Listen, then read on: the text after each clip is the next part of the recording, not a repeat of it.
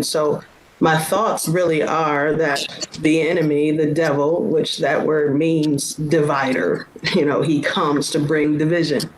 And so it is terrible in the world. However, we have been divided in the church for a long time. And so when we deal with what's going on in the world, we can't help but to look inward. In the church, our churches have been segregated for a very long time, and they still very much are. And so our goal as a church, and what I believe God has called us to do, is to teach people that we can live and we can worship together. And so that has always been our vision, and it's just even more evident now that we can't be just stuck on what was. We have to seek God for where we are now and the correct steps to move to church, to take the church further, because the church will stand. Amen. Thank you. Pastor Sims? I think this pandemic has given us an opportunity to work smarter. Many of us are finding ourselves in a place where we're working very hard to meet the needs of the people who are associated with our churches and the people who are in the neighborhoods where our churches exist. I took solace in Genesis 1, chapter 1, that says, "In the beginning, God created."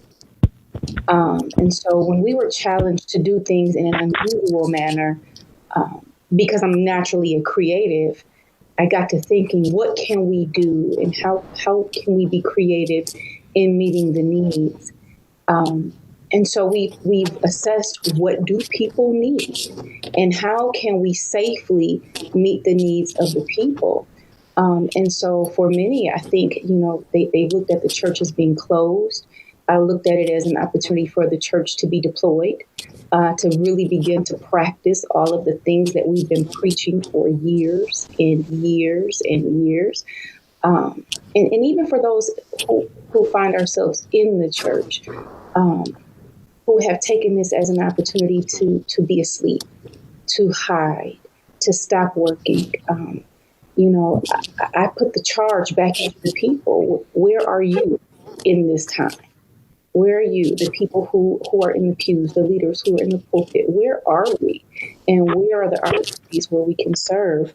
Like my colleagues here, this really is a time where we've had to be unusual in our presentation of the gospel.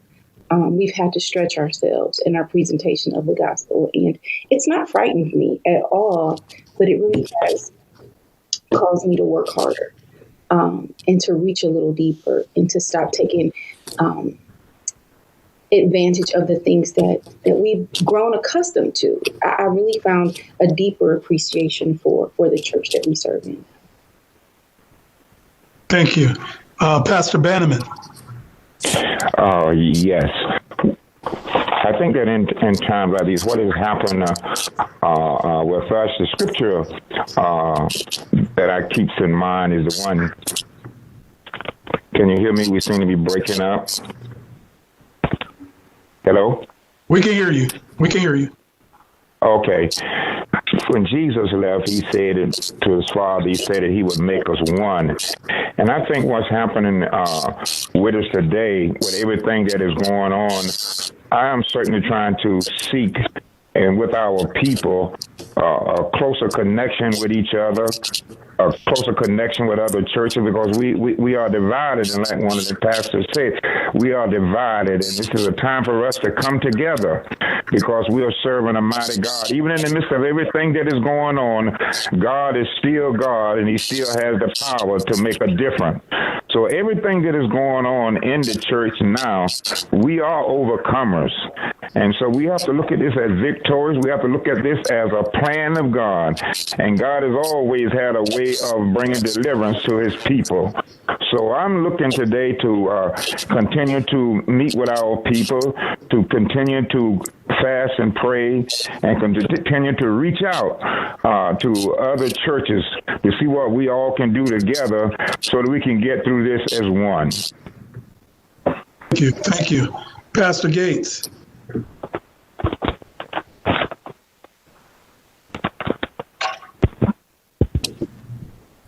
Pastor Gates, are you there? So I know Pastor Gates was busy doing something else, so we're going to skip it. And if you all hear me, I keep going in and out. It's because I'm here and my radiator wants to be in on our conversation. So I have to mute every now and then because it gets a little loud down here.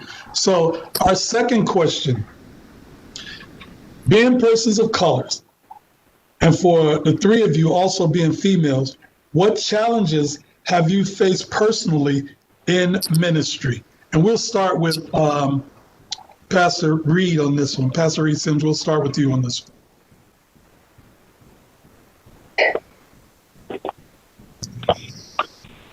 I actually enjoy the challenges of ministry. And I believe that the challenges that I face make me sharper. I think maybe my female colleagues can attest to the fact that we are underestimated. And we are not perceived in the fullness of our strength.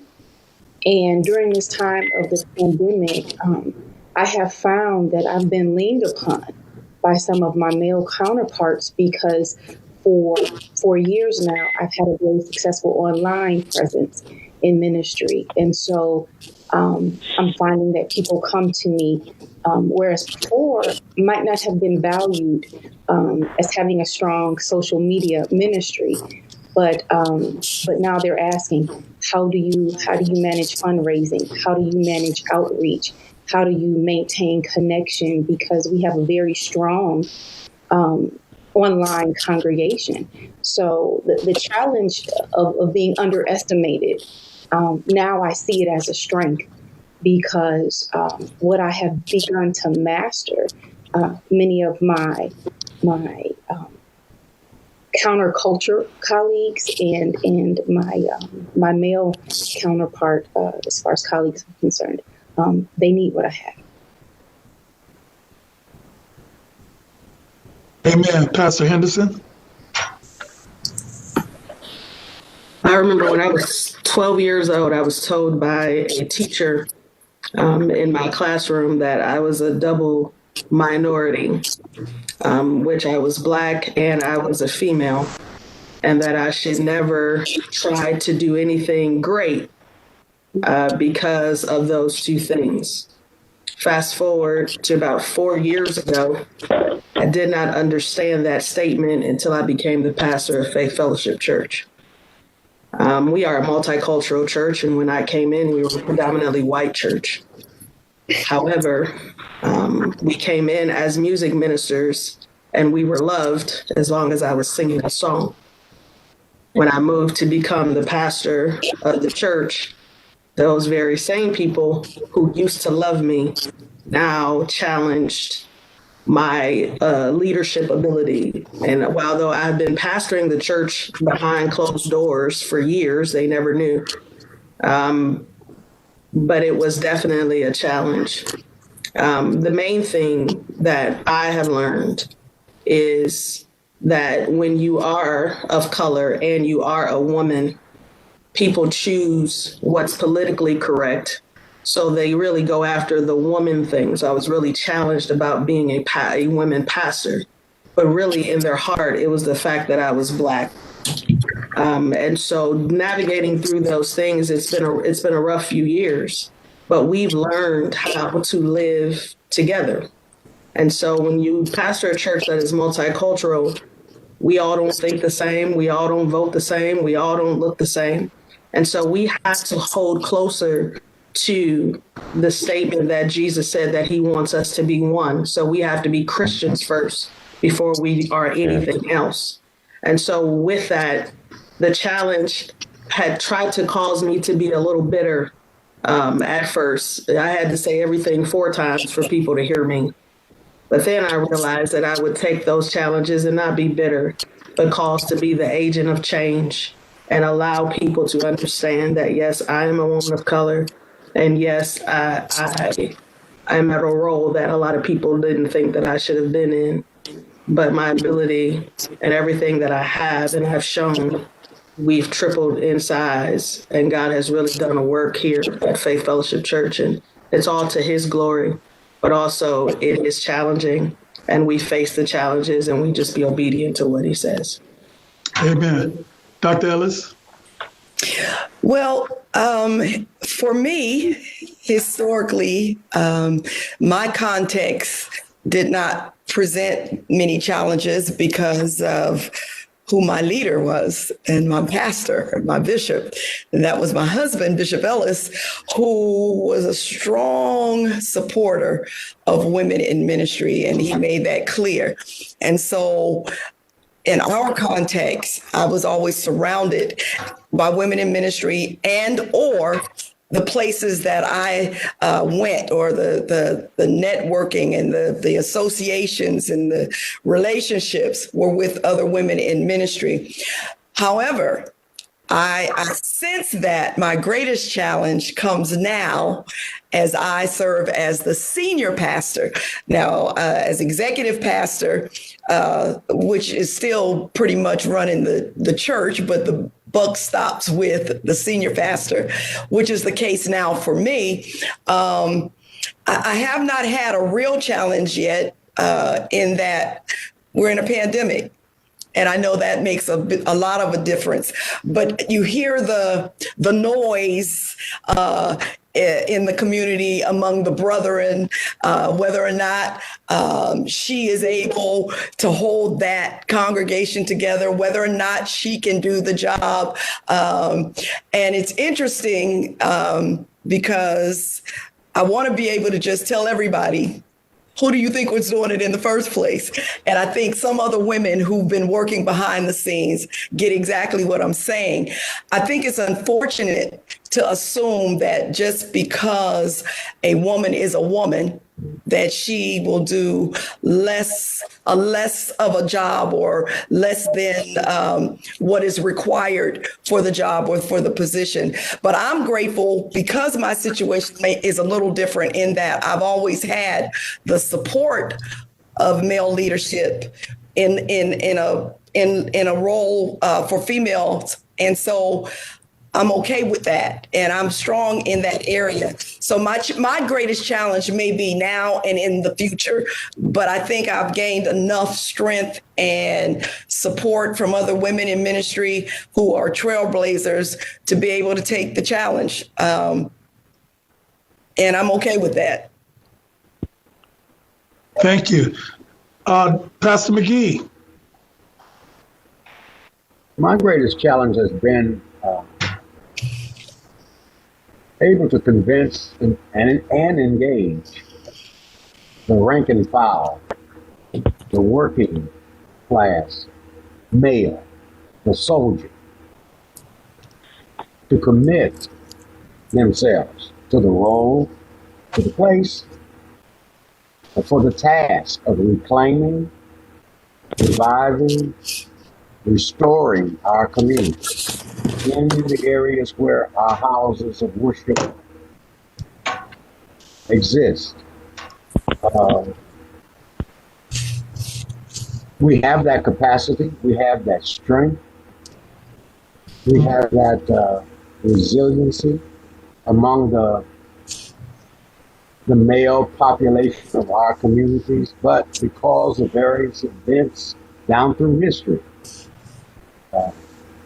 it's a struggle to engage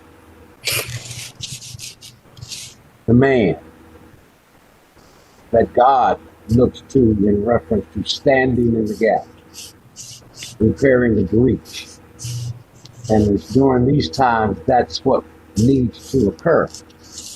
The wall has been torn down that once protected the village, and all manner of destruction and evil has entered therein because the male, the priest, in a sense, according to biblical teaching, has been absent. On the whole, and Shelley will testify this over the years, I have repeatedly stated that my hero is the American black woman. She has always stood in the gap. wherein the brother, we have over the years abdicated our responsibility. We went places we shouldn't have gone to get away from the drama, but the woman stood in the gap. She stood up against the terrorism that has existed down through the years that we've been on this shore. So that's been my biggest struggle. When I became pastor at True Vine, it'll be 30 years ago, May of this year, my mission, I feel, and still is to reach out into the community, try to mobilize, to engage the men to take their rightful place, not only in the church, but in the community where the church ought to be. That's my challenge.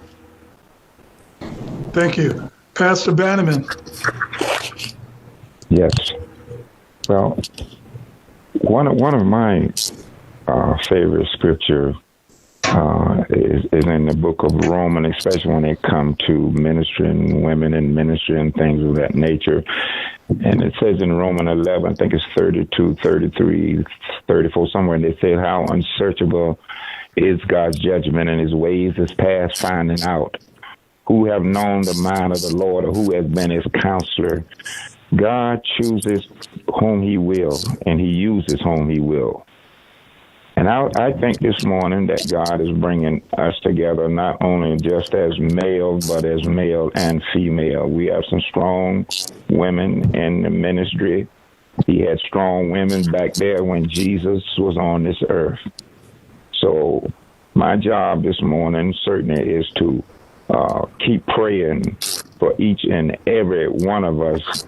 And it goes back again, Lord, make us one. So there's no time to fight, because the scripture teaches us if we bite and devour one another, take heed lest we be consumed one of another. And I thank God for these strong, powerful women that God have called, and God never makes a mistake.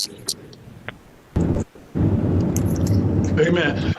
Pastor Gates, I know you were probably out of the car, so let me tell you, our question was, being a person of color, what challenges have you faced personally in the ministry?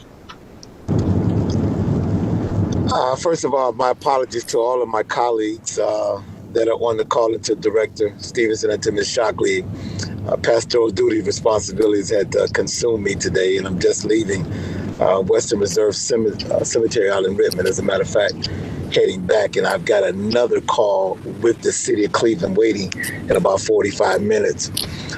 But from a color perspective, how has it's been challenging for me? And you know what, I can really speak of late. When I look at my evangelical colleagues, brothers and sisters, and the position that they've taken as it relates to this or our past administration, and how they just continue to turn their heads when they knew it was certainly not what the Bible teaches us as it relates to how Christ addressed those issues. It's sort of really has left a sour taste in my mouth about those individuals. And prior to that, I thought that I really was received well in the community of clergy members that doesn't look like me. I've had a good relationship with them.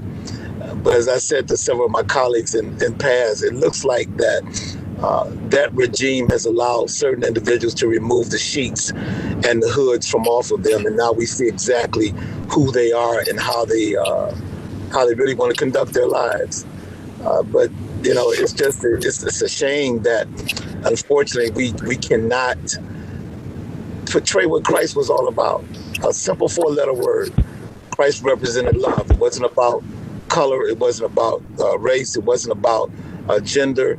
He simply was about love. And unfortunately, there's some things unfolded right before our very eyes that revealed to us how some of our colleagues are, and they preach the gospel like we do Sunday after Sunday. So it's been challenging for me really the last couple of years. Director Stevenson, you know, I'm actively involved in a lot of the ministerial groups, and I think it more so was out of hurt than anything else, because I just trust people to especially those that preach and teach as we do. Thank you. Pastor McGee, I'm going to start with you on this third question. What thoughts do you have for spiritual leaders among various demographic groups for guiding their church communities through helpful conversations on equity and social justice? Well, I think the first thing that would be helpful for us to remember where the priest was found. What I mean by that, we do know that those of us who are Christians or call ourselves Christians, our high priest was found among the people. Spiritual leaders were always found in the midst of the people. I'm reminded when Michael R. White was mayor of Cleveland. I don't know if he was the first that ever instituted town hall meetings, but he did throughout the city.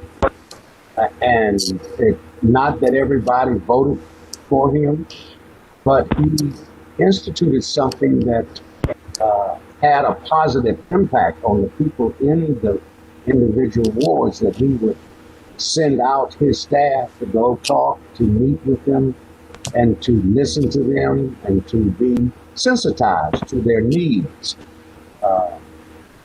The Bible tells us, teaches us that we ought to reason together. It's hard to, I find it difficult to reason with people when I don't have any relationship with them. I find it hard to get an understanding with people. And I'm not talking about people that are attending the church. I don't think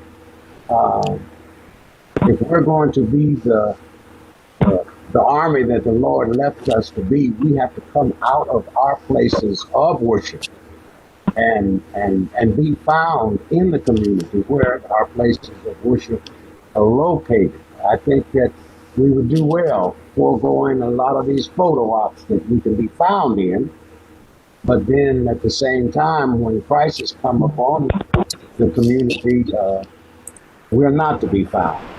Such is the case that happened with the Mount Sinai Hospital. And, left was the last hospital out of the inner city. And we just must take advantage of the opportunity. It's our people. And when I say our people, I'm not talking about those that are in the house. Those are without. Those who don't know Christ. And if we really do care, I would suggest that we would be more concerned about demonstrating compassion and less concerned with just being concerned with the problem. And I'll conclude by saying this. The Bible teaches me, and Jesus is my example, that Jesus was found among the people. And it was during that time that he was surrounded by the people, he was able to see their pain. He was able to hear their pain. He was able to feel their pain. And it was during that time the scripture clearly tells us that he had compassion on them. When we're so far detached from the community, from the people, it's hard to see that pain. It's hard to hear the pain. And yes, we do have concern. But the difference between having compassion and having concern is that when you have concern, you just acknowledge there's a problem. But when you have compassion, you do something to bring a remedy to that problem. Thank you. Pastor Henderson?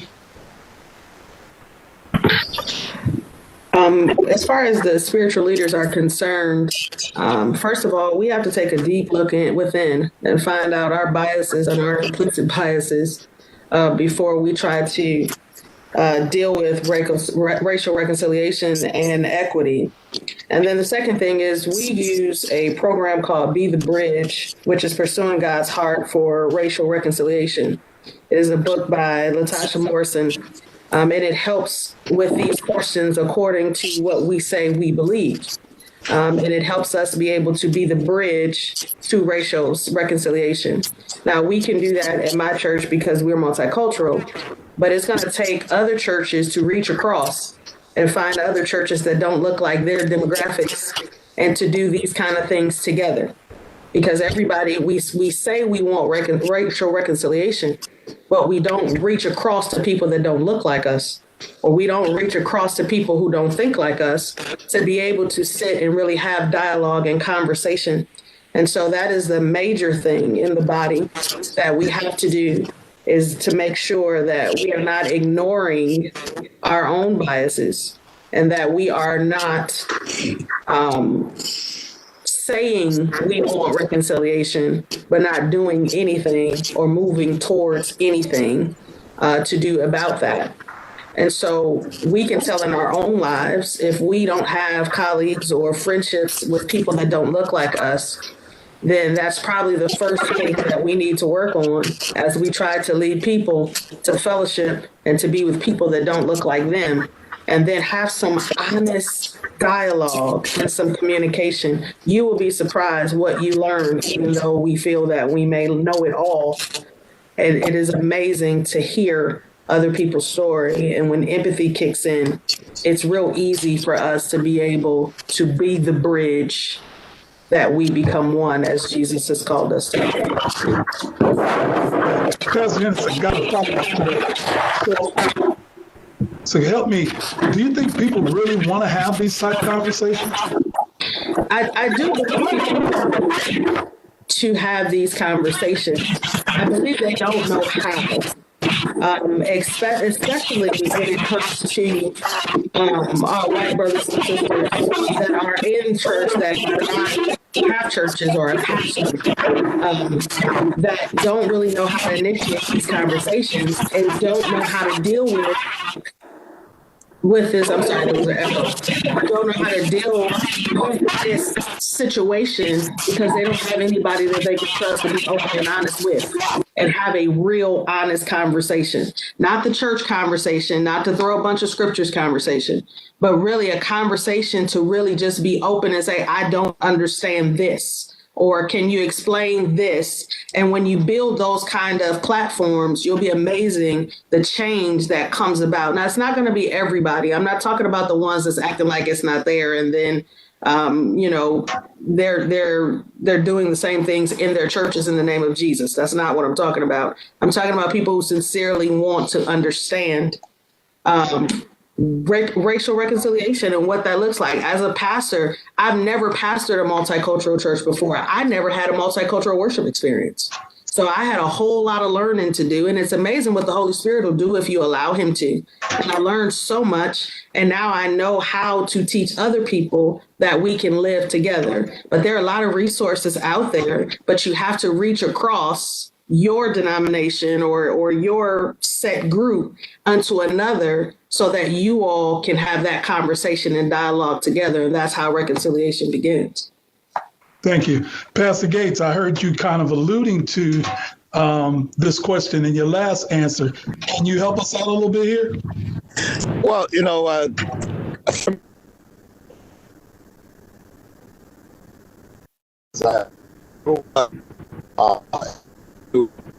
Catholic school.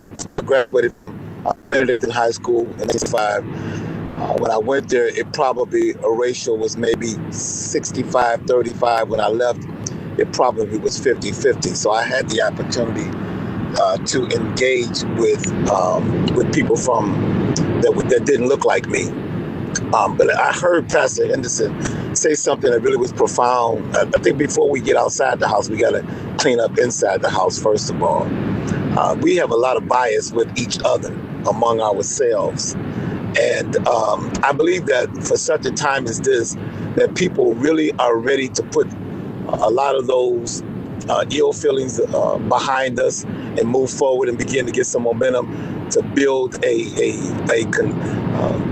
general consensus among us that, to live the right way that Christ has prescribed for us to live. I think the time is perfect for it. I really do. Even after this last regime that we've had in the White House, I believe that the groundwork has been set. The framework is ready to move forward. It's a matter of having conversations with people and having them where we're listening to them. Often we have conversations with people and we're not listening. It's very important that we have a listening ear to what folk are saying as it relates to this gender and racial divide that we have. And I believe, and I'm going to be honest with you, Pastor Stevenson, you and I have been friends for a long time. I would love to see women start this conversation. I really would, because the timing is perfect. I'm grateful that I have never had opposition for women in the pulpit. I've got 3 assistants at my church that sit with me.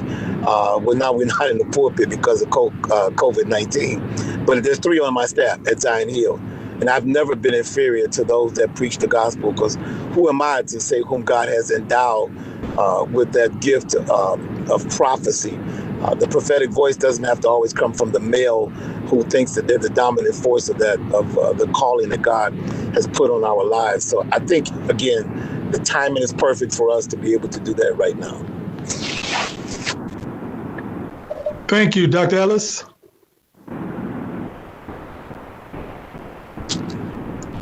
You're on mute, Dr. Ellis. I'm sorry. Can you hear me?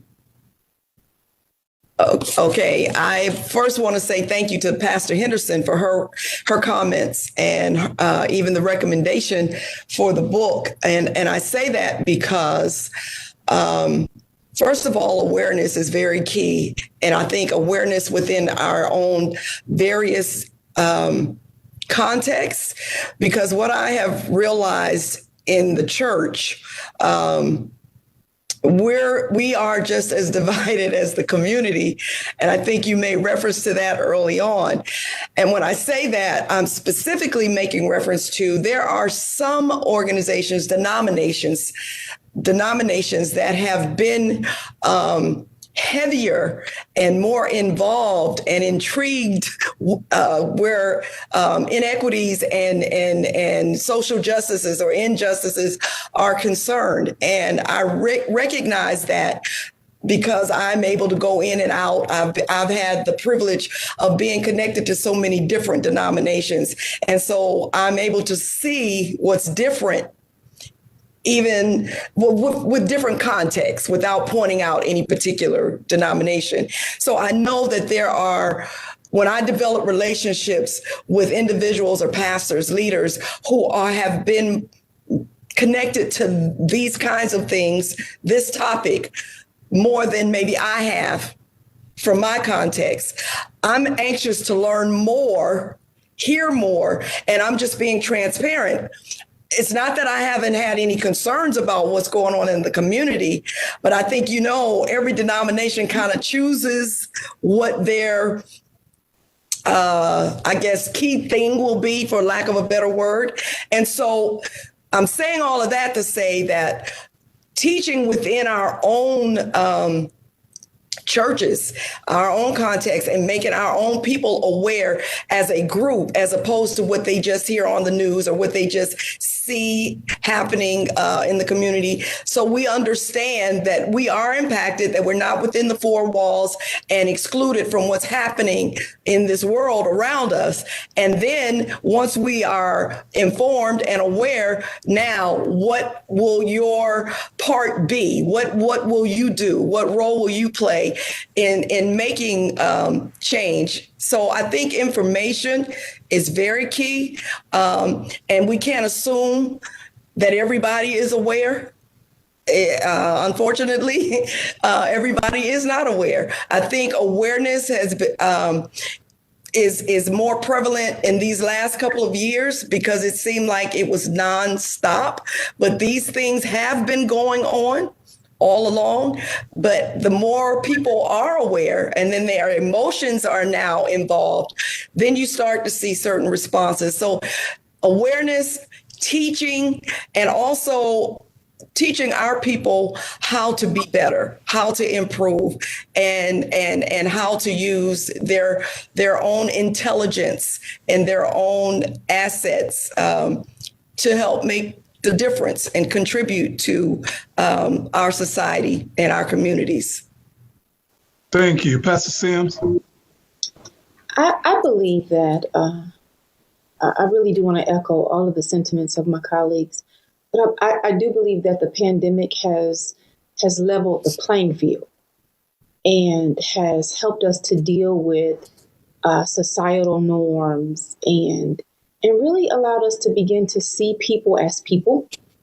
And so if I could advise any spiritual leader in this particular moment, do the work to acquire the resources to meet the needs of people, not just Black people, not just brown people, not just white people, not just, immigrants. Do the work. Many of us have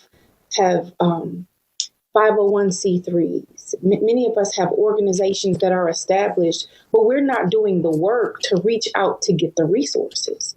And so if we would really buckle down and do the work to acquire resources so that we can be benevolent to people, do the work, assess your communities. Every community doesn't need food. Maybe they need assistance with tutoring. Really do the work to assess the need of the people in your community, because hurt is hurt. Brown hurt is hurt. Black hurt is hurt. White hurt is hurt. And if we would really do the work to assess what are the most paramount hurts, what are the most paramount disparities in the communities where we have been called to serve, and then do the work to get the money. Do the work to get the resources. Do the work to acquire whatever is necessary that said individual might not have been able to do on their own. Some individuals can acquire, apply for and acquire grants or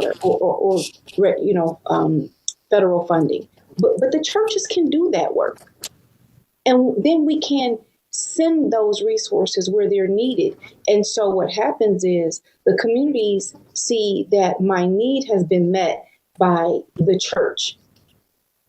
And when my need has been met, no matter where it comes from, it matters that it comes. And I would hate to think that some of our churches will hide behind the pandemic and gladly put on the handcuffs and won't do the work because we can't go outside because COVID is out there. No, we can do the work. We can safely mask up and sanitize and do the work and be vulnerable, and make the hard call. Call a church that doesn't look like you, that doesn't worship like you, that doesn't sound like you, or call another house of faith that may not even be your specific house of faith. This may be the bridge. This may be the one thing that God will use to unify our communities and deal with the inequality and the lack of resource. At the end of the day, we have to do the work. And people are counting on houses of faith to really do the work. And we have to be honest about where our limitations lie. So that, if I'm not good at a thing, I can pick up the phone and call Dr. Ellis and say, do you have anybody in your congregation who can help meet this need? And not be embarrassed by the fact that I can't do it all alone. But God has put us here to help each other. So that the field is leveled right now, but the need still exists. The inequality still exists. So what will we do? Not just what will we say? And these forums are wonderful to begin to initiate the conversation, but what are we going to do when we hang up? And for those viewers who are opinionated, okay, thank you for the opinion, but how can you serve?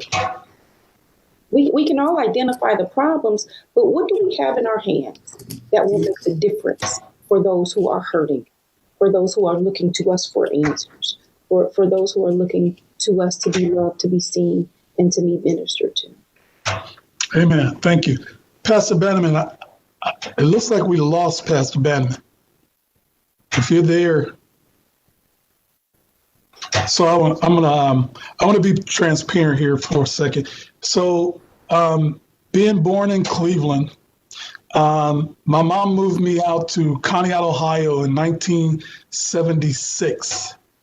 I went to an all-white high school, coming from inner city Cleveland, where I had only been around people like myself, same color, same ideas, same thoughts, everything, right? Gone out to Conneaut, Ohio, to a farm where I went to school, an all-white school, right? In the time where Roots was playing on TV every Sunday evening, and I had to go to school with an all-white class, right? And so I learned very quickly that Pastor Sims, Pastor Henderson, Pastor Gates, Pastor Dr. Ellis, I heard you all speak on this, that, you know, I learned very quickly that people are people, right? We all have different thoughts because of where we come from, things we experience, some of the things that we see or hear from other people, but people are people. And there are people with needs from both sides of the track. And if we are the leaders that God has called us to be, then we will have spiritual insight that helps us tap into those needs of those people. And once we understand the need, God will not show you something He does not give you the resources to take care of. Amen, somebody. And so once He has given us the insight to see the need, then when we begin to work, the resources will come for us to take care of it. So I agree with you, Pastor Sims. We have to start doing the work. We got to get out there. Pastor Gates, we have to understand that everybody don't look like us, right? Pastor Henderson, they don't think the same way we think, right? And until we get into a conversation or a relationship with them, we don't find out why they have these biases or why they don't understand how we feel like we feel. Pastor Ellis, we don't know what's going on around the world until we get out and travel, right? I thought the world was made up of Cleveland and Conneaut, Ohio, until I got on an airplane and I traveled and found out there's a whole big world out there that we need to know about, right? But we don't know that until we get out and experience some of those things. One more question for you all. Well, this is a two-part question, and it says, how should the church respond to the community, especially to our youth and young adults in this time of civil unrest and division? The second part of that is, what of those who take a neutral stance? And I'll start with you, Pastor Gates, on that. Let me hear the second part of your question again. What of those who take a neutral stance? Okay, it's ironic you asked me that. Last week, I got an invite from the juvenile detention center to be a part of as how we're going to address that our young people and the criminal justice issue that they're facing at such a young age, our youth. And I asked him, I said, I don't even know the people. How did you get my name? He said, trust me. People are talking that you're trying to Mount Pleasant. For those of you that don't know, Zion Hill is located right in the middle of Mount Pleasant. And the statistics that they gave me last week, we are one of the biggest contributors to the 4th District Police Station in the pipeline right to Juvenile Detention Center. And I've tried to implement some programs. And Pastor Reed, I heard you loud and clear. I tried to implement programs at Zion Hill that will impact the community.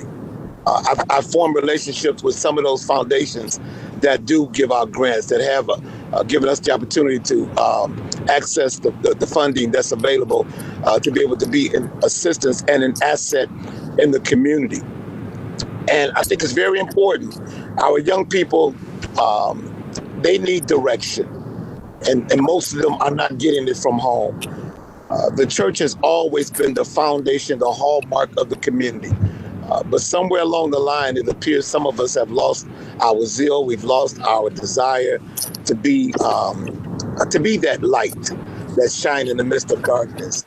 But we just got to grasp our young people and love on them. That's the first thing. Many of them are missing that element of love in their homes. Pastor Stevenson, my involvement in CMSD, Cleveland Metropolitan School District. I sit in the classrooms, I sit in the schools, and I see these children that come to school, and you can look at them at the beginning of the day to determine what kind of home they left, what kind of environment they left.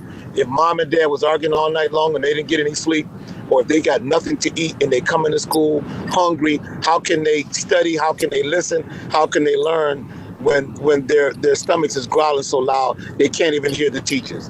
So I think it starts really impacting our young people in a positive manner, letting them know we love them first of all, and just giving them a listening ear.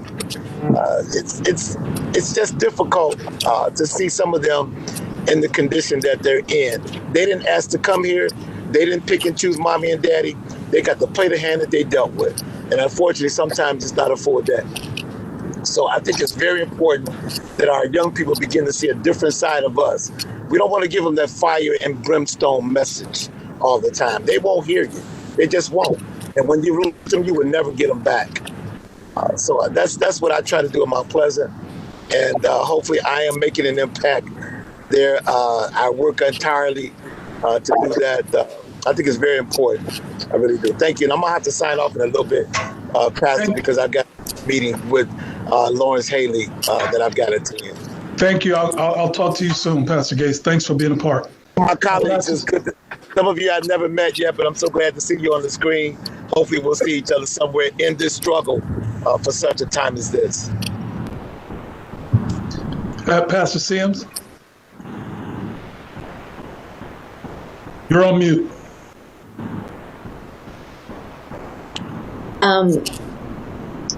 Pastor Gates is right. You have to simply be available as the leader of your congregation, and then delegate this responsibility. Ask congregants to also be available for young people. Give them some designated time where they just have access to talk to you, to share. And you may not be able to change everything that's happening in your personal world, but to be available and to share wisdom and really to be very candid and honest with young people. They think that they see us and they think we've never had any challenges and we've always been saved and, we've always had, our lives surrendered to Christ. But really to be honest and to give them a safe place. Like Pastor Henderson, Lee Memorial has been open throughout the pandemic. And the first, I think it's the first Saturday of the month, our young people are able to come in and just to be together. They mask up, they separate, but they're in that space for a little while to just be together. And you'd be surprised to know what they'll share with you if they can just have a few minutes of your time. One of our young ladies came in and she was failing in biology. One of our youth volunteers is a major in college in biology. And so they were able to spend that time, which they would have just been hanging out having pizza, but she was able to get caught up on her schoolwork with Wi-Fi that wasn't buffering, And so we have to be unafraid to open our doors and let those young people come in and, be prepared to have to go out to get them. I think my challenge for my colleagues is take a walk in the community where you're serving. The people, the young people that live within a 2-block radius of your building should know you. They should know what car you drive. They should know when you're at the building. They should be able to knock on the window and see a face and to be able to share with you. So we have to be available. And if we are not available to our young people, the church is about to die. Who will we pass the mantle to if we don't make time for them? So, and what of those who take a neutral stance? Shame on you, because somebody was there for you. Somebody prayed for you. Somebody, carried you. Somebody fed you. And so we cannot forget that we are the benefactors of someone else's faith and belief in us. So we don't have a right to be neutral. The children deserve more than that. Thank you. Pastor McGee. You're on mute, sir.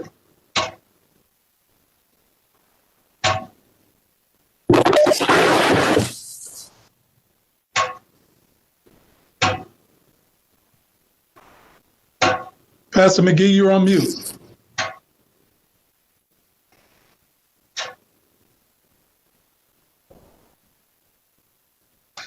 All right, until he can get his oh, there you are. Go ahead. There we go.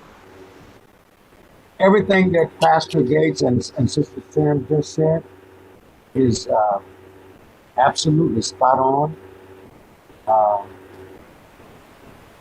The church, the facility, I'd just like to say something about the building. And everybody don't have the building, don't have the classrooms.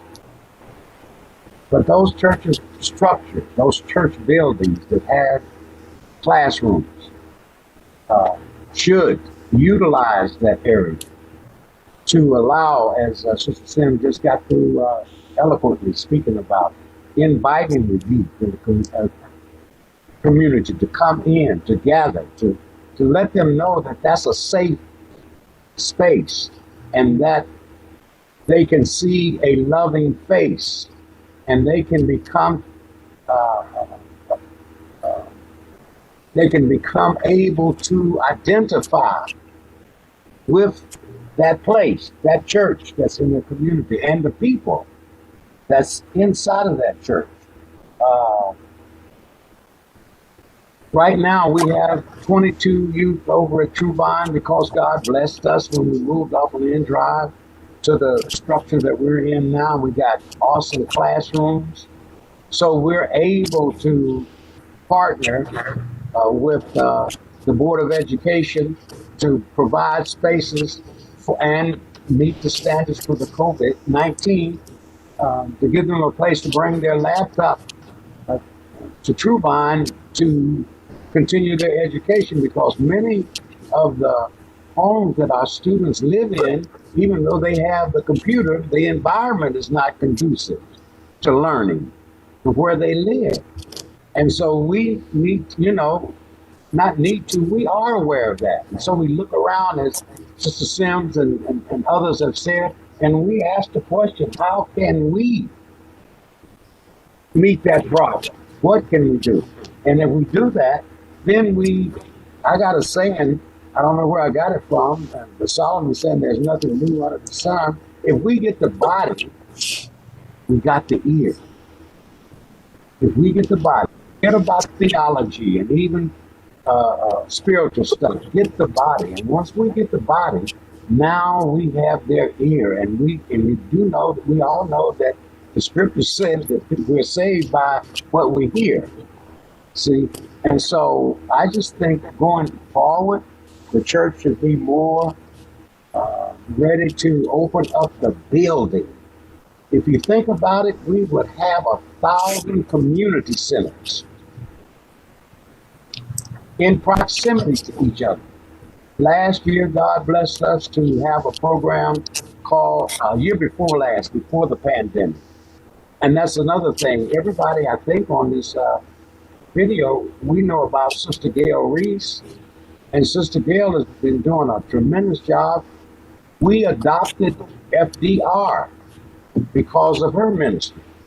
And we got members of True Vine to go into that school and meet Sister Turner, who is a Christian and who was the principal of that school, and just threw the school open for us to come in and lay hands on those children. And I would just like to conclude by saying this. We have the resources and we have the intelligence within our places of worship to write these grants, to write these and seek funding. And right now, I think it's been said repeatedly, the atmosphere is ripe for it, to get funding, to open our facilities to be used other than, and I'm not denigrating, other than just for worship. The church building can be used for other things other than worship on Sunday morning. And if we do that, I think we will have made a tremendous stride in connecting with the community.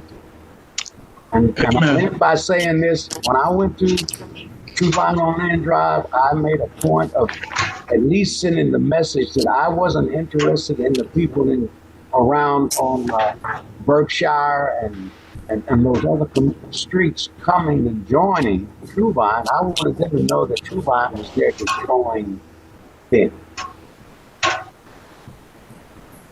Amen. Thank you, Pastor McGee. Pastor Henderson? Yes, I'm all about the young people. Everybody at the church will tell you. Our young people can text me on my Apple Watch while I'm preaching if they don't understand something that I just said. And it's because I don't think growing up in church as we did, I just didn't have that kind of access to my leader. I couldn't ask certain questions, and I just wanted to be that kind of pastor. But we want to be the church. We don't want to be the place or church in the community. We want to be a place that the community comes that happens to be the church. So we do a lot of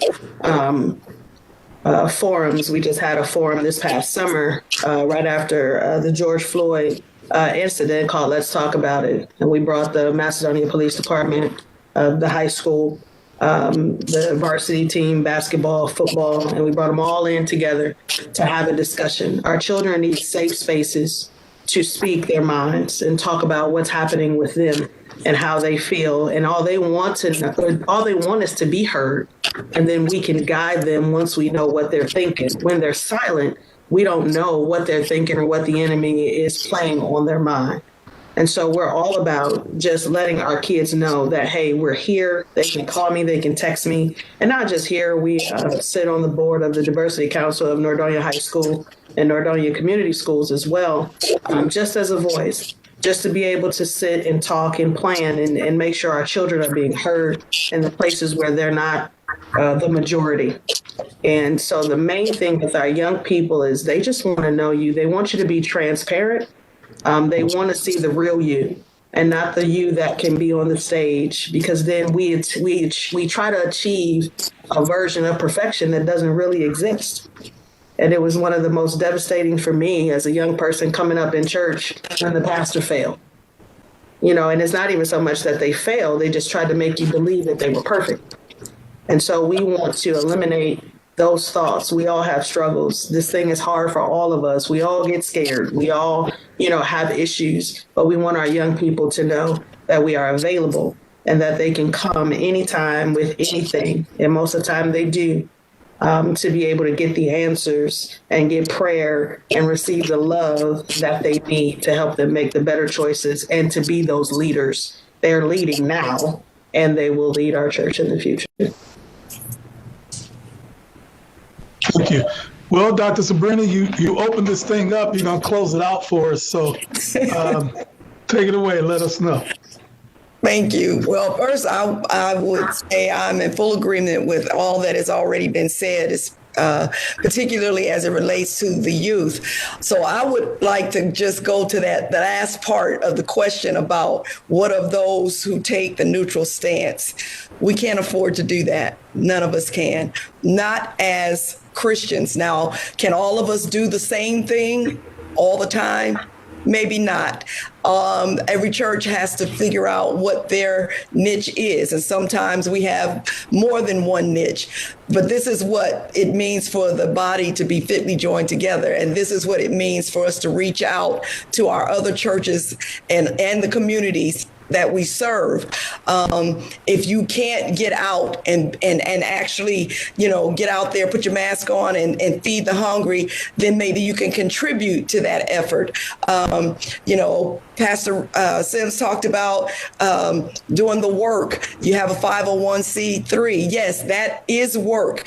But if you really committed to meeting the needs of the community, to meeting the needs of our young people, to the adults, everybody that we know that is struggling, and not that there has not always been a struggle, but in this season, again, I heard it said, the playing field has been leveled, and I don't see how any true Christian can just sit back during the pandemic and relax.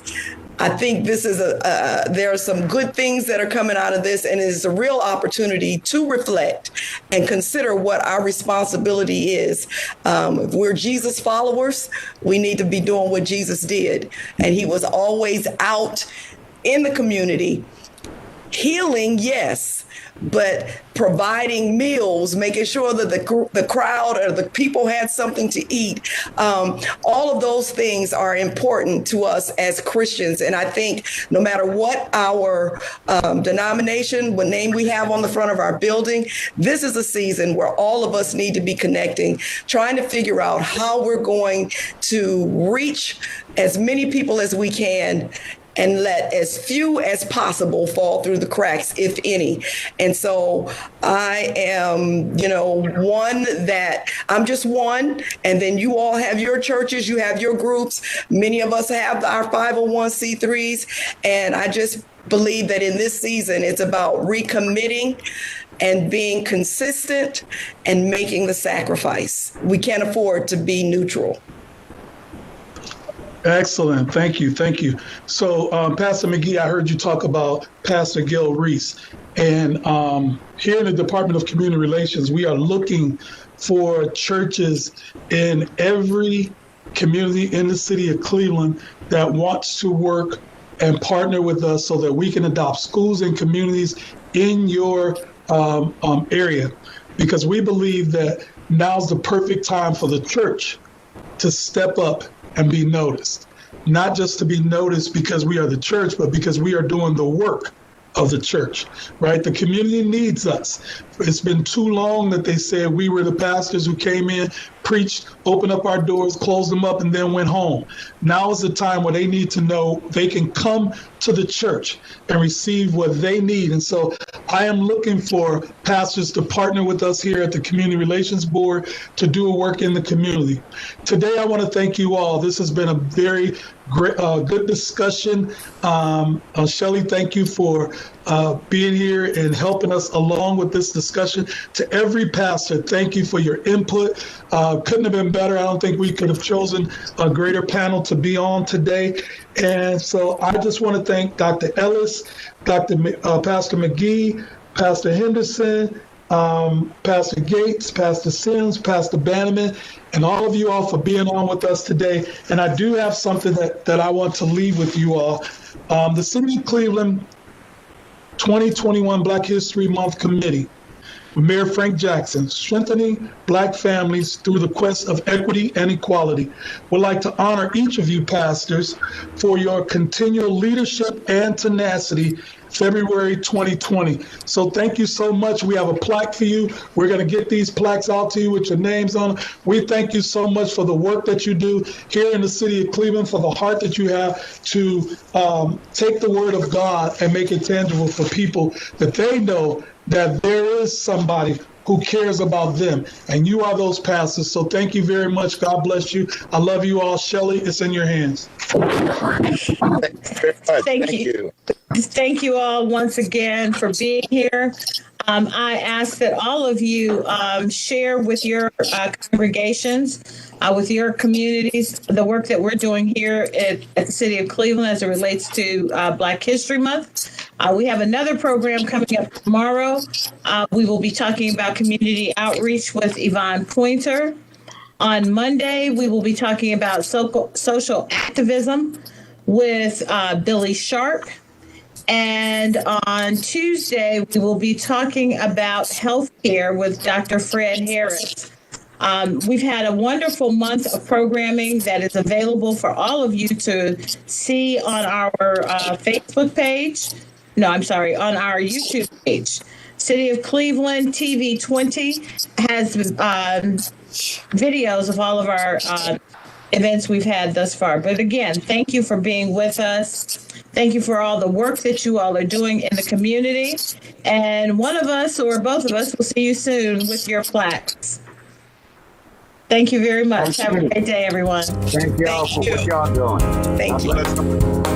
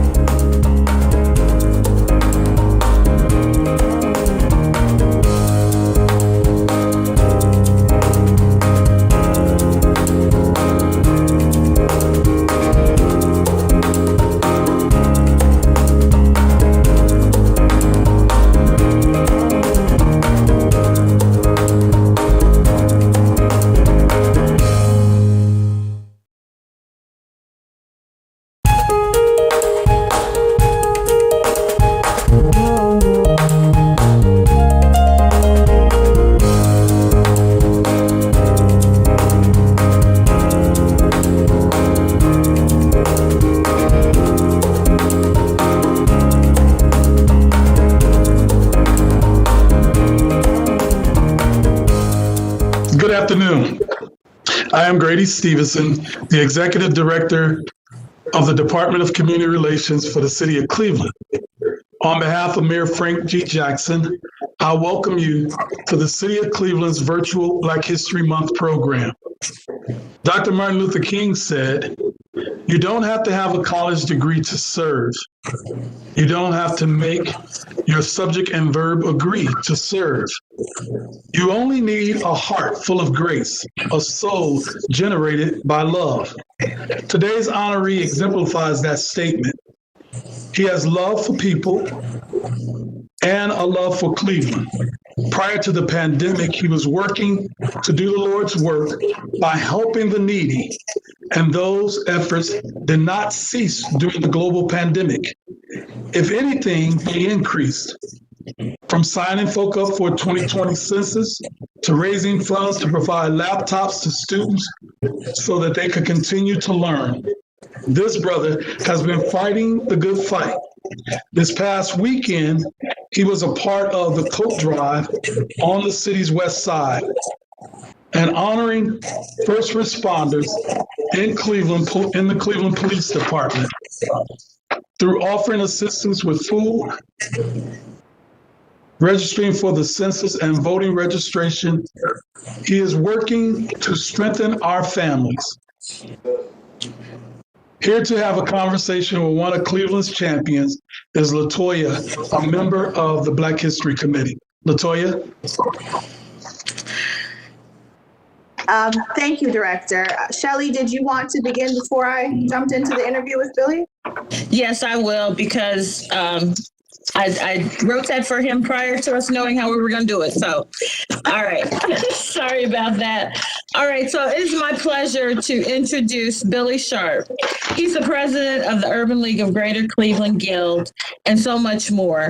He is also the founder of Billy Sharp Omnimedia, a company that produces documentaries, educational DVDs, CDs, and offers community benefit consulting as well as other consulting. Most importantly, Mr. Sharp is a member of the community who believes in service and utilizes his various connections to provide much needed services for Cleveland residents. As the director has indicated, from food drives to voter and census registration, Billy Sharp is making a difference in our city. Thank you, Billy, and welcome. Now I will pass it on to Latoya.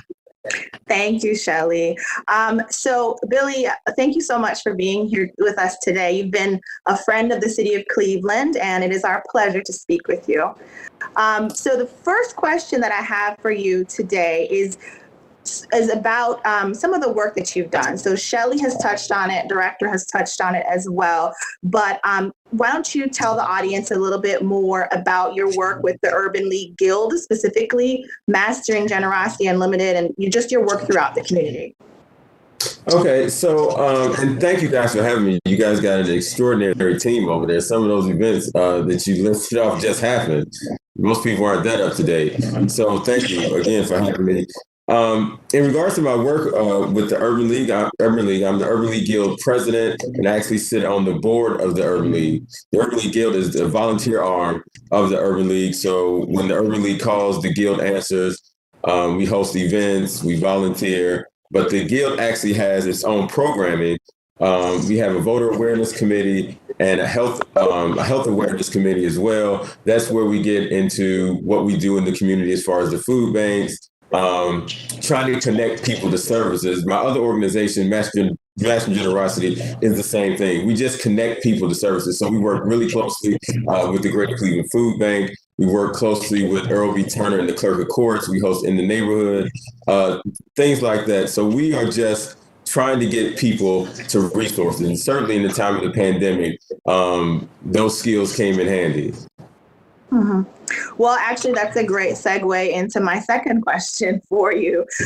So we can all agree that 2020 has been a year like no other. You know, now we're going into 2021, but both in terms of the pandemic and the fight for social justice, it was a very, very impactful time.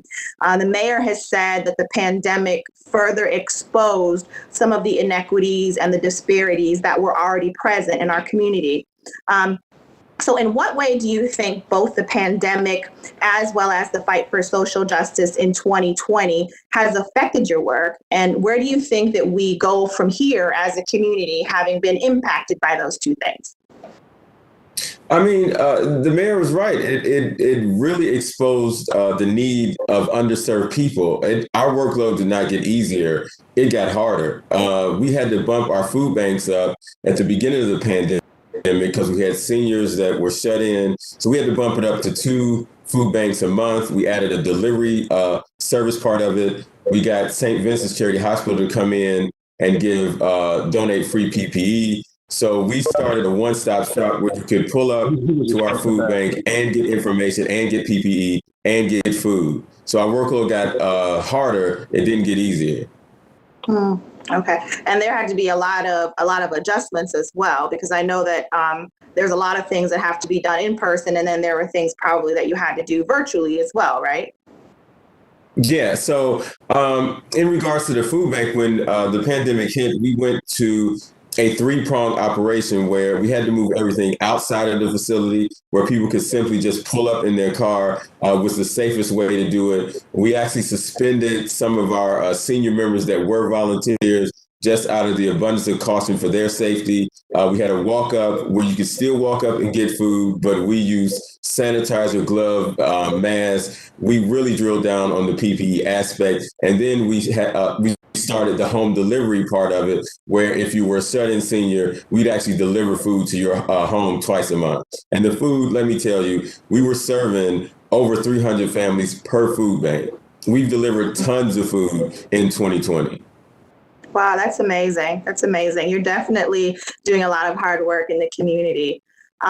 So where do you think that as a community we go from here? Because of all the things that have happened with the different movements in 2020. Well, one thing I've learned is as people have tried to divide Cleveland into 2 sides of a city, the pandemic certainly showed us that we're all in this together.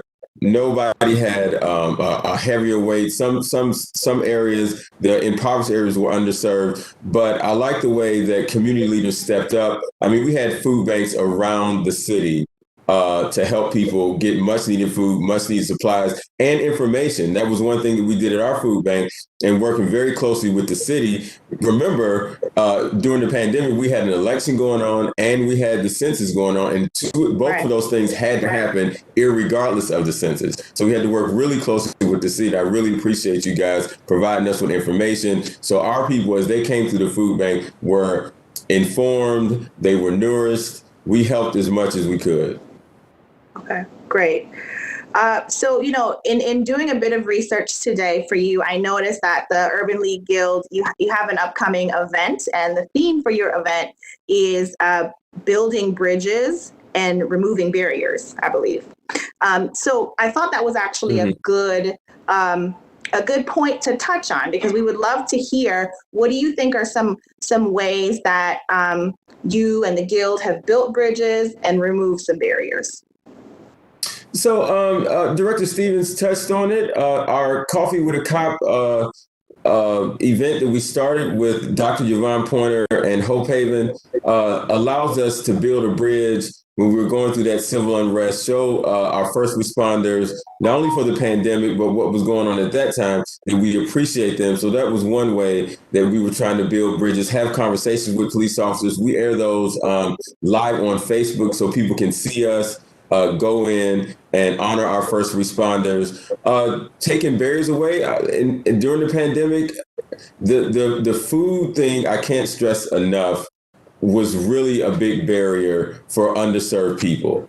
And we did the best we could to take that barrier away. We not only did our location, we went around to several locations, and people who were already giving out food, we offered, hey, we can come and do the PPE part and information part if you guys would just hand out the food. So it was all hands on deck. So that was one way we took some barriers away from underserved people in our community. That's great. And not just during the pandemic, but if there's anything, prior to or just in the grander scheme of things that you wanted to touch on, you can mention that as well. Well, I think there's a communication gap. Everybody knows about the digital divide. So people, we do a lot of our communication through social media. A lot of people are not social media savvy. That's another reason we moved our food bank outside, so people could just simply see us visually, not even knowing that was the day that we're doing it, but they see us giving the food away or information away, so they pull up. So I think we need a better communication mechanism for those of us who are not privileged to have the internet and don't go to Ward Club meetings and so on and so forth. So getting the word out about the resources that are out there, I think, is most important moving forward, because people need them. Okay. I noticed that, with the Guild, there's a lot of young people that are involved, which is great.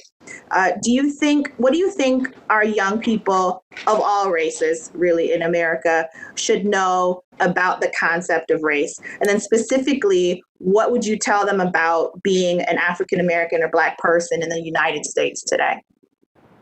Well, okay, so I'll take that one backwards. I'll answer the last question first. Just being really honest, it's difficult being an African American in the United States. As you guys have eloquently listed, I do a lot of things in the community. But when I get in my car and leave an event and the police are behind me, having just served coffee with a cop, I still grip the steering wheel a little bit harder. Just because in the back of my mind, I know what the potential is for a situation to go wrong. Right. For our young people, I would say keep doing you, be yourself, strive always to help each other.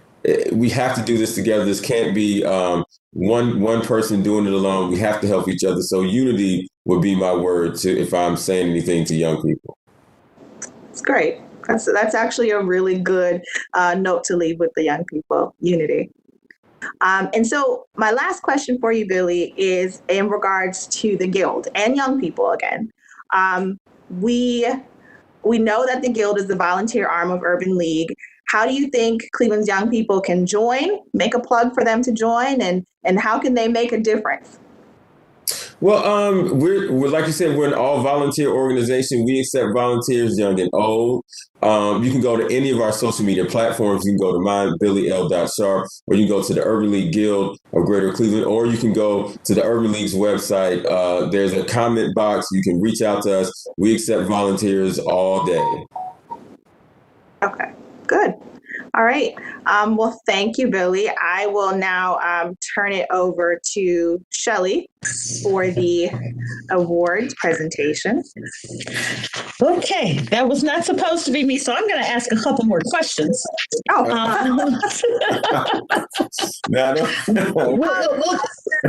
We'll try and hedge our bets and give him a couple more minutes back across the street. So, Billy, I think what I would like for you, I understand it is the volunteer arm of the Urban League, the Guild, that is. It's the volunteer arm of the Urban League. But for those listening who aren't that familiar with what the Urban League does and how being a part of the Guild and or the Urban League can be advantageous for our young people, could you go into that a little? Okay, so historically, the Urban League has been around minority finance, helping us get homes, helping us start businesses. So we do a lot of that to this day. We've added some stuff. We do some entrepreneurial training.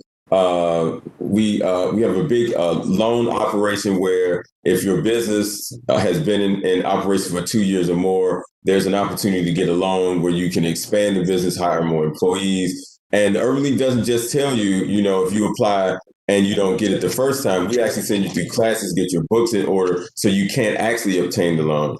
It's been a really successful event. I think all of the money that we paid out has been paid back or on its way to being paid back. So the Guild now would do what the part that we do as far as the direct food bank, clothes giveaway, that type of thing, because that operation in an organization still needs to happen. So that's kind of been the Guild's specialty. So the Urban League itself is over 100 years old. The Guild is coming up nationally right behind that at about 80 years old. Okay, that sounds good. Would you say that of late, what are the numbers like in terms of participation and membership? Is that something that the Guild and or the Urban League are having problems recruiting, or are you all doing well? We're doing okay. Obviously, we always need more volunteers, but the fact that we broadcast everything and people can see the work, you'll find somebody that saw an event that we did and want to join just simply because they want to get involved with that particular event. So we're always pushing. The end of this month, we have a membership drive event at the end of this month, trying to get more members because the work is great. I think the downside to the pandemic, we have to be cognizant of people's age as they want to volunteer. So the senior members of the Guild that I had and in Master Generosity, we had them simply at home on their computers, working their networks from home, giving out positive information, correct information about the pandemic. If it's just simply making a phone call to a neighbor or through their social media networks, just sending out positive information, correct information, that the CDC was sending out and so that the city was sending out. So that was a way that even though they couldn't do in person, like coming to our food banks, that was a way that they could help out as well. So that would be a challenge that you found with the pandemic, as you had mentioned earlier about individuals not having tools or service in order to connect. So with that being said, do you guys send out anything via mail? Where can, say, someone who hears about this and shares it with someone who does not have computer access, is there a number or something that you would suggest that they call so that they can get the information if they don't have computers? Yes, so they always can call me on my office number is 216-673-4408, 216-673-4408. And the number to the Urban League, 216-622-0957, 216-622-0957. Thank you, Billy. Okay, now we have a few people who have joined us. If you have a question for Mr. Sharp, you can place it in the chat and we will address it. Somebody has become unmuted, it sounds like.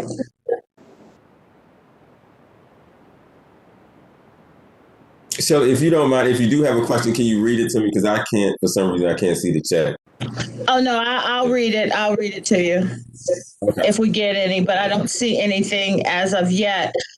So I know that you had a couple of events this weekend. What do you have coming up this week? So this week we will be wrapping up in the city of Cleveland our Coffee with a Cop event at the 2nd District at 9 a.m. We'll be delivering coffee and Danish over there to them, provided by one of our big community partners, McDonald's. And we'll have our our membership event later that day at 12 noon virtually. So you can seek out our Facebook page to get that information or the Urban League website. Now, I guess this was a question. You said one of your partners was McDonald's. I know that I noticed something that said Chicago Chicken and Waffles has been. How is it that you have formulated and gotten these businesses to be a part? Coming from the aspect of the need of the people. And most organizations or businesses, all you have to do is ask. And these, to be frank and really honest, these are relationships that I had with business owners before in some other work. So these businesses, if they were around me, they're given in some kind of way to the community, because I'm not around businesses that don't give back to our community. Okay. So Billy, I have another question. What can people in the community do to help your work? Spread the word. Spread the word. If you come to one of our events, spread the word. If you see one of our events, just spread the word, because there are people out there, as I alluded to before, there are people out there that don't go to Ward Club meetings. They don't get into the normal spaces where we can see them, but their need is still great. So we largely operate through word of mouth. And the people who come to our events, they are consistent events, so people know on the second Saturday of every month where our food bank will be, and several others and other events that we have. So spread the word. Absolutely. All right. Well, we tried to wait. It does not look like he's going to make it back. But on behalf of the city and the Black History Month Committee, Billy, we again thank you for the work that you have been doing in the city. We have a plaque that we will provide to you, but virtually we want to present it to you. So I will read the inscription, and in the next week or so, the director and I will bring you your plaque. But it says, City of Cleveland 2021 Black History Month Committee, strengthening Black families through the quest for equity and equality, would like to honor Billy L. Sharp for your continued leadership and tenacity, February 2021. Thank you again, Billy. No, thank Have you, guys. anything else you'd like to say? No, I mean, we got to get back to work. I'm leaving here to go to some event planning when we go off the air. So back to work. So you're always on the go, helping out the community. As much as I can. All right. So I will give you all an update on what's coming up. As you know, we are in our final week of Black History. We have an event that will air tomorrow with Dr. Frederick Harris of Cleveland Clinic. That is a pre-recorded interview, but Dr. Harris gave some very good information, particularly as it deals with the vaccine, coronavirus. So you might want to tell your family and friends to be sure to tune into the City of Cleveland TV 20 Facebook page to hear that. He gave us a lot of good information. Thursday, we will continue our programming, and the topic is public service, and the Black History Month Committee will be honored. That will be a WebEx similar to this one. And then we will close out the week on Friday with equity and equality in education. We will have Dr. Jacqueline Chisholm. She is the president and chief executive officer. And I'm trying to make sure I say her organization properly now because they've recently changed the name. They are no longer the Council of Economic Opportunities of Greater Cleveland. They are now Step Forward. So she will be joining us on Friday to close out our Black History celebration. I thank you all for tuning in. I thank you again, Billy, for your work. I thank you very much, LaToya, for your work as the moderator of this event. And we look forward to seeing you all on our next events. Be safe. Remember to wear your mask, social distance, and wash your hands. Have a great day, everyone. Thanks. Thank you. You too.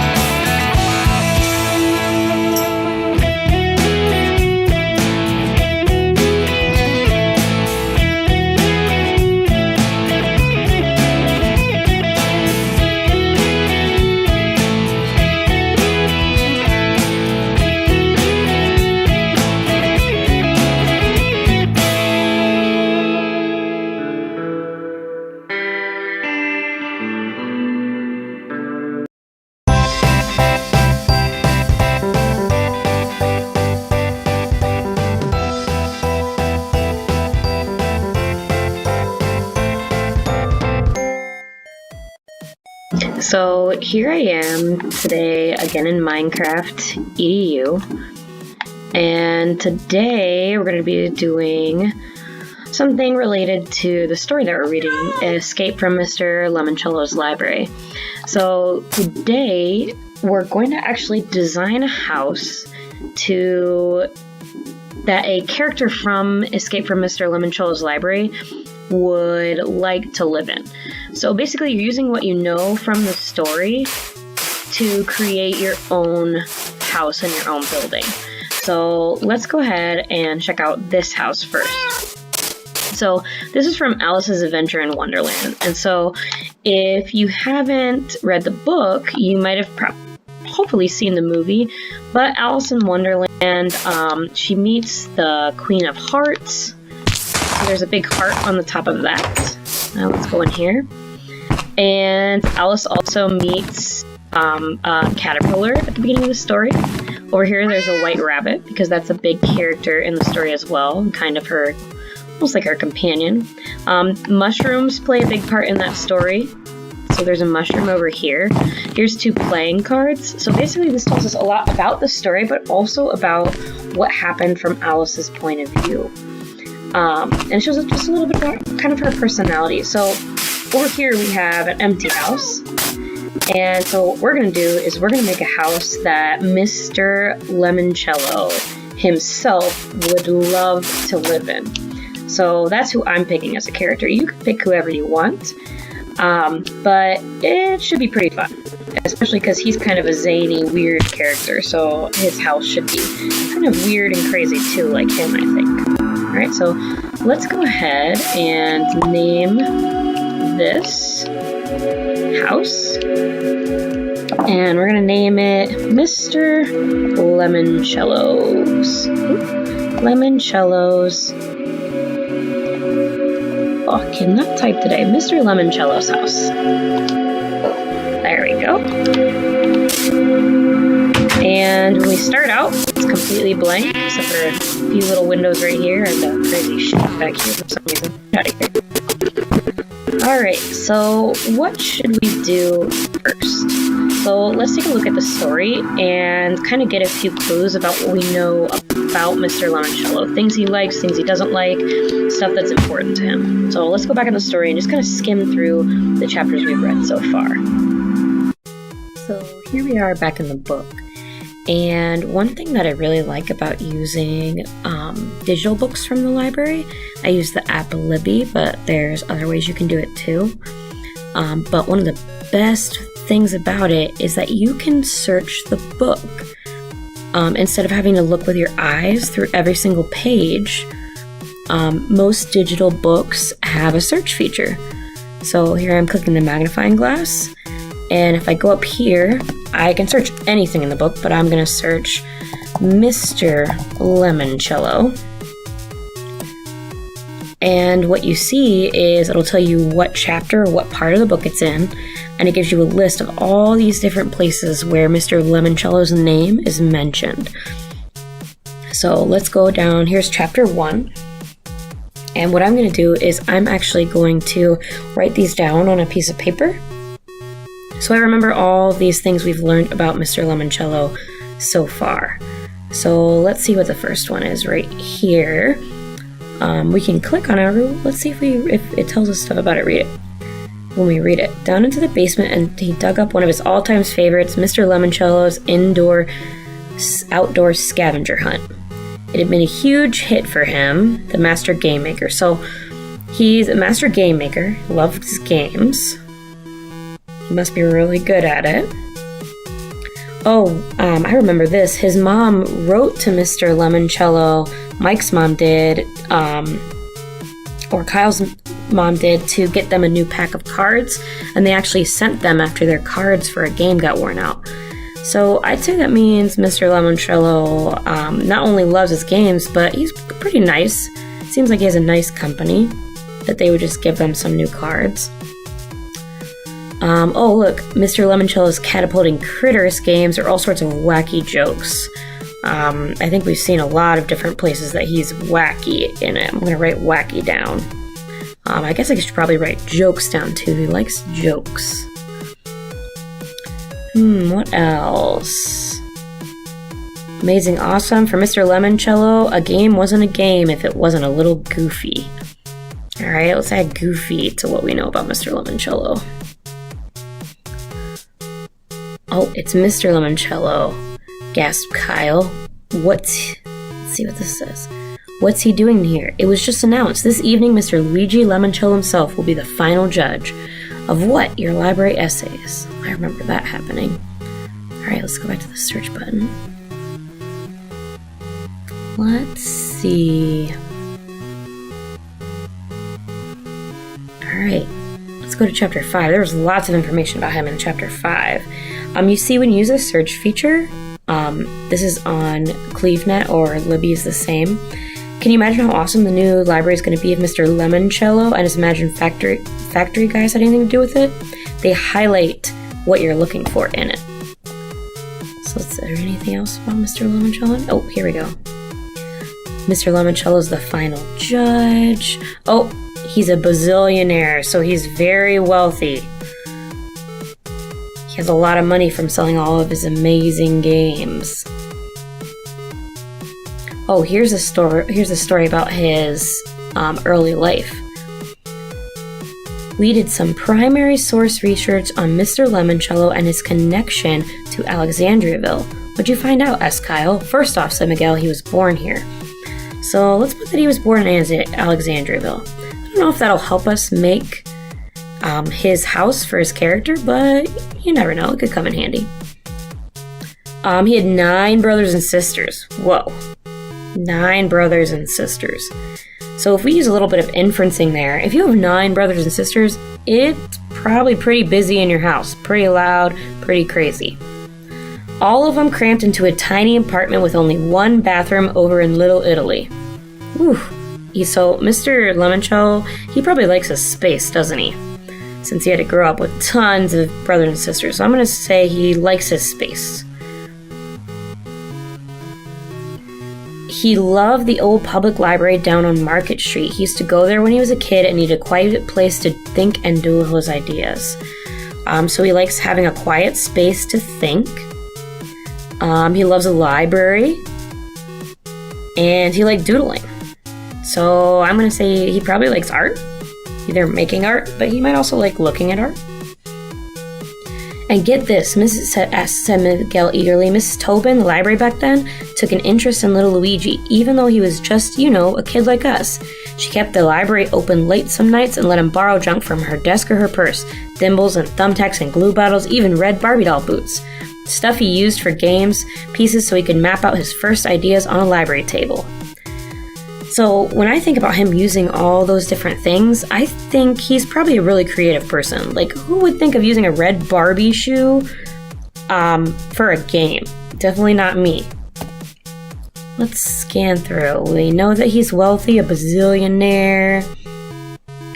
Alright, let's go back to the search button and see what else we can find outside this chapter. Alright, so we're in chapter 5. Let's go in chapter 6. He remembered how his mother had written to Mr. Lemoncello's Imagination Factory. He sent the email. More about Mr. Lemoncello's library. Oh, here's when we first see him in chapter 8. Over on the side of the stage, a shoe that looked like a peeled open banana appeared from behind a curtain.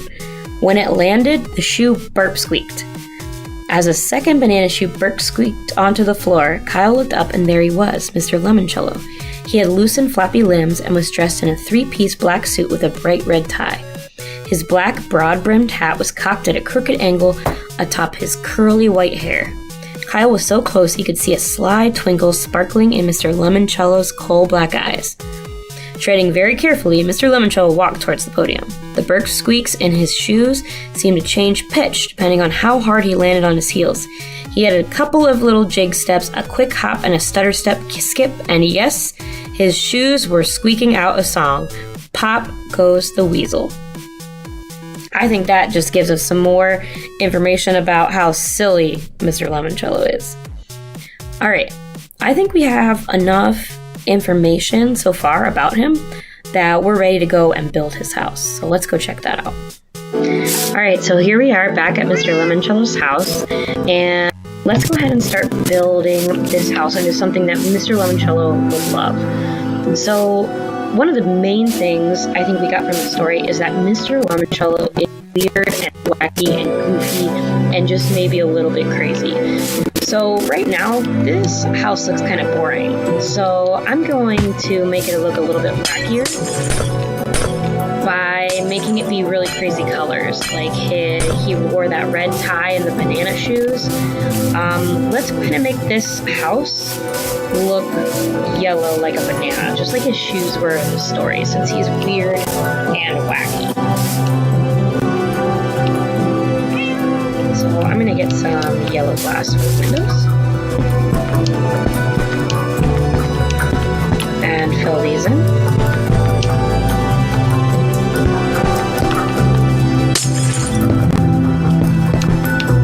Go around to the back. Do these ones too.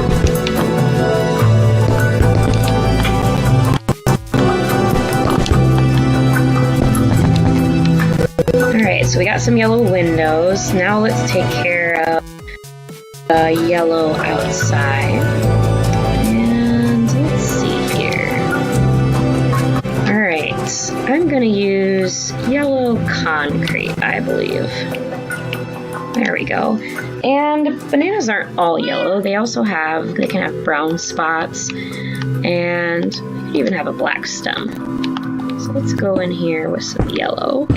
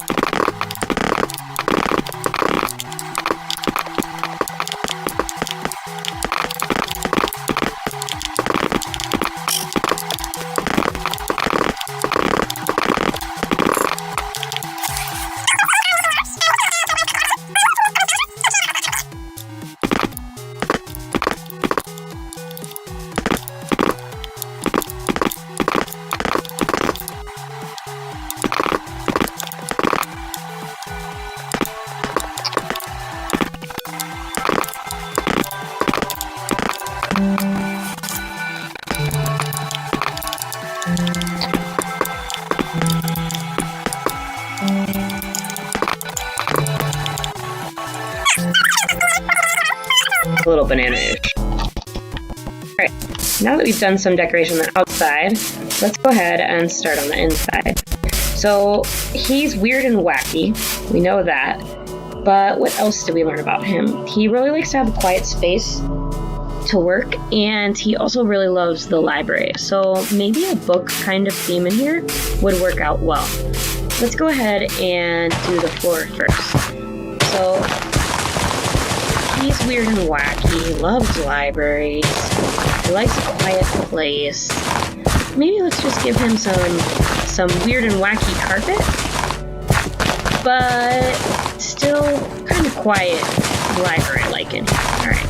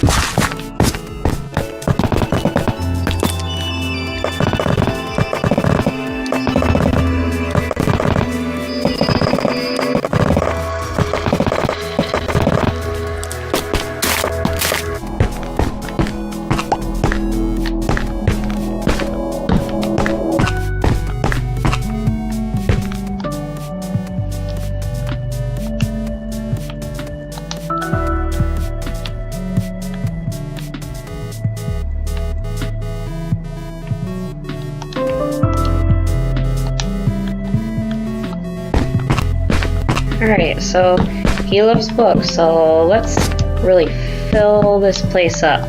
Make this his own personal library.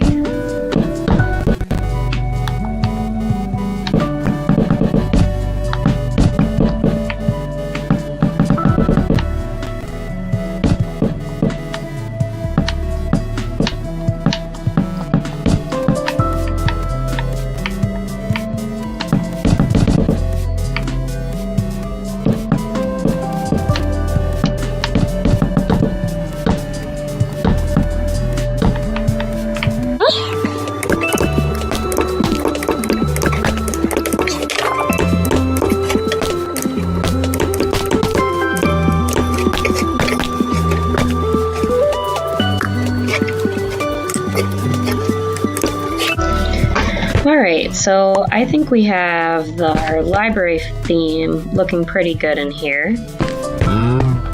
But he said he likes a quiet place to work, right? He always needed a quiet place to work for his ideas. So I think we need some furniture in here that he could sit down and use to work on all of his amazing games.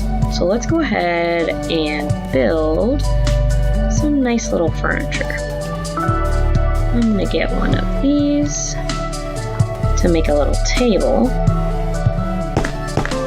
Maybe over here. Use a few fence posts and then let's put some carpet on top so we can choose the color. Let's try yellow to go with our banana theme.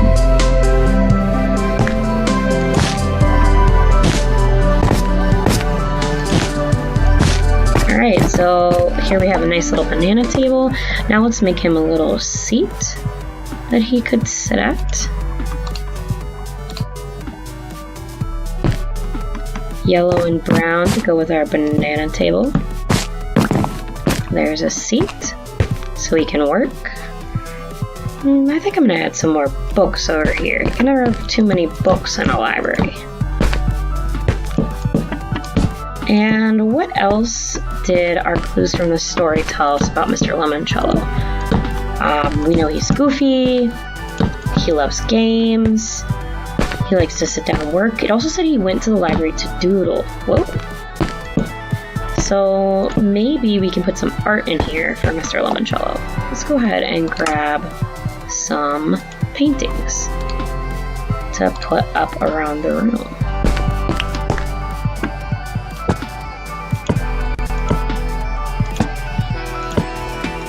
Alright, there's some nice art to inspire his games and doodles. Oop. Don't want to repeat right there. There we go. Whoa. Alright. Looking pretty good. Let's look at the list again. What else was it that Mr. Lemoncello really liked? Quiet space to think, he loves a library, creative, doodling, he's very wealthy.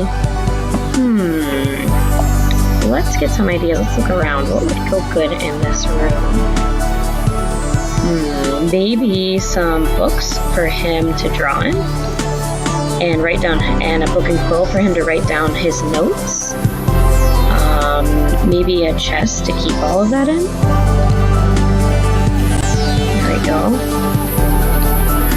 And maybe some gold since he's super wealthy. Alright, let's put the chest somewhere. Let's put it over here. Oop. And let's give him some gold and some more books and a book and quill so he can use it to write. And some more gold since this said he was very wealthy. So there we have it. A place where Mr. Lemoncello would love to go and work on his games. So I hope you go ahead and try this on your own in a creative mode.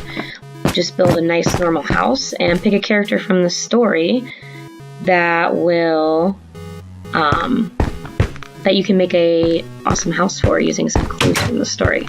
It'll be really fun if you left off the nameplate, just left it blank, and then had somebody try to guess who you were talking about.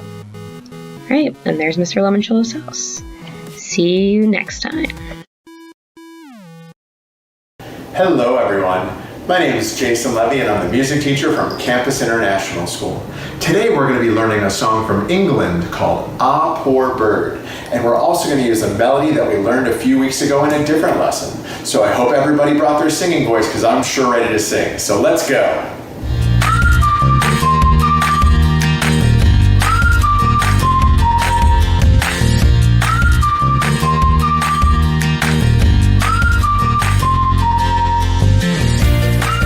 So today's lesson, Ah Poor Bird, was inspired by a walk I went on yesterday.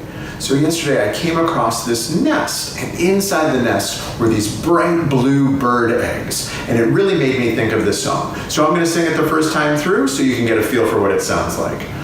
Ah, poor bird, take thy flight far above the sorrow of this sad night. Ah, poor bird, as you fly, can you see the dream of tomorrow's sky? So I'm going to sing a line first, and you're going to echo after me. Ah, poor bird, ah, poor bird, take thy flight, take thy flight, far above the sorrow, far above the sorrow of this sad night, of this sad night. So now I'm going to sing two lines and you're going to echo after me. Ah, poor bird, take thy flight. Ah, poor bird, take thy flight. Excellent job.